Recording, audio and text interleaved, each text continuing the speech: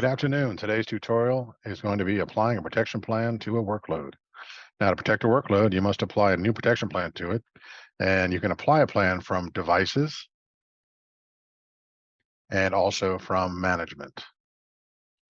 And the idea is that you can select one or more workloads when you're doing this. If you wanted to back up, apply a plan, to multiple machines, you can hit all these, protect them, and that will apply that plan in terms of the devices.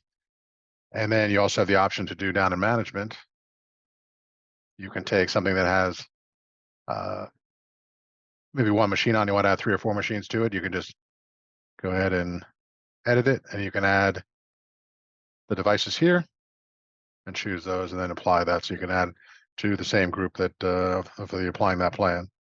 You also have the option to create a plan, and you can just basically go through the process we talked about earlier in the previous one and add the devices and choose the ones you want again, and then be able to create that for you as well.